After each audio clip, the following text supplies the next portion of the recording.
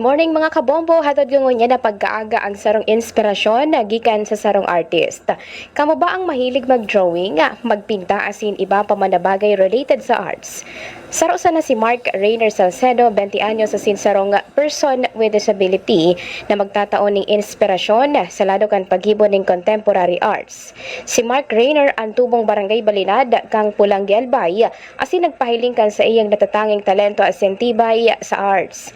Halinang panahon kan siyaan mahilig o kaya mahilig sa pagguhit ulitan na sa dugo nindan siring kaining hobby. Maski uminabot man ang pandemya, dahil untok na nakapaghatod ni inspirasyon sa iyang pamilya. Kadaklan sa mga gibo niyan manungod sa pamilya, mga agi-agi na dahil malilingawan na maabot may pahiling sa paagi kan pagguhit. Uya mga kabombo sa tuyang antabayanan ng istorya sa likod kang pagguhit asin pagbibinta. Uya si Mark Rainer Salcedo, bida sa sakuyang segment ngunya na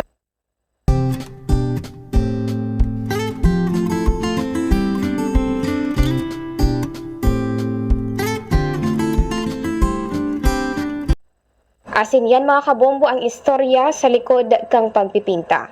Sa ibong kan kadakol na angat, siring sa naman sa kakulangan sa kagamitan, dahil naging hadlang ini para sa satuyang bidang artist ang aning magrearnil kan sa iyang pangarap. Yan mga kabombo ang sakuyang hatod na inspirasyon ngunya na pagkaaga, initabi si Bombo Aiza Bural para sa #1 and most trusted radio network in the country, Bombo Radio Philippines, Basta Radio, Bombo, Good Morning Philippines.